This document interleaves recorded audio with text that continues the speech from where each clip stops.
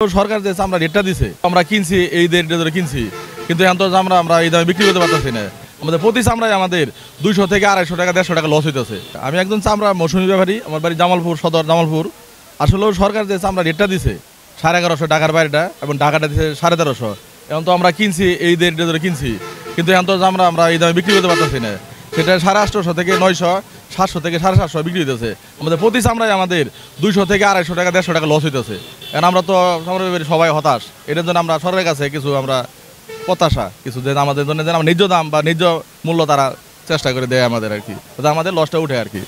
কুরবানি চামড়া আমরা সম্পূর্ণ আমরা জড়া করছি, ঘুরে জড়া করছি। 900 টাকা 800 টাকা চামড়া কিনছি, কাঁচা চামড়া।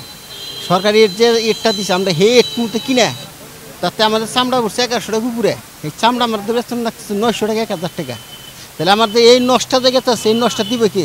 এখন এই নষ্ট দিবে কে? তাহলে এই ফেলে চামড়া দিতে আমরা করতে পারবো না ইয়ার পরে। তাহলে এবার করবো কি ভাই? কিন্তু এই খাটনিরা যায়, এই খাটনিরা কিন্তু উঠাবো না। কিন্তু আমরা যে টাকাটা পড়ছে সেই টাকাটা যদি নিত তা আমার চলতো। আমি চামড়া কিনছি 900 টাকা 800 টাকা। সরকারি যা দিছে, বাইরের চামড়া হলো 1150 টাকা, ঢাকার চামড়া হইলো 1350 টাকা। কিন্তু 1150 টাকা চামড়া তো সেই চামড়া টাকা 900 টাকা 950 1000 কিনতে আছে। তাহলে আমাদের লস হচ্ছে না চামড়া? কি পরিমাণ লস হচ্ছে আপনার?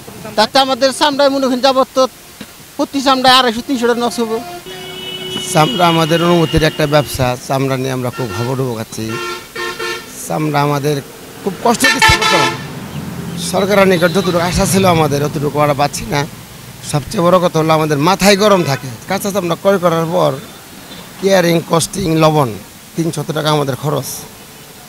এবার হাটে এসে দেখি যে প্রতি মালে কেয়ারিং তো লসই, এরপর পকেটে টাকা আছে 300 থাকতেছে না। যেন আমরা বেঁচে থাকতে পারি, তেনের শিল্প বেঁচে থাকতে পারে।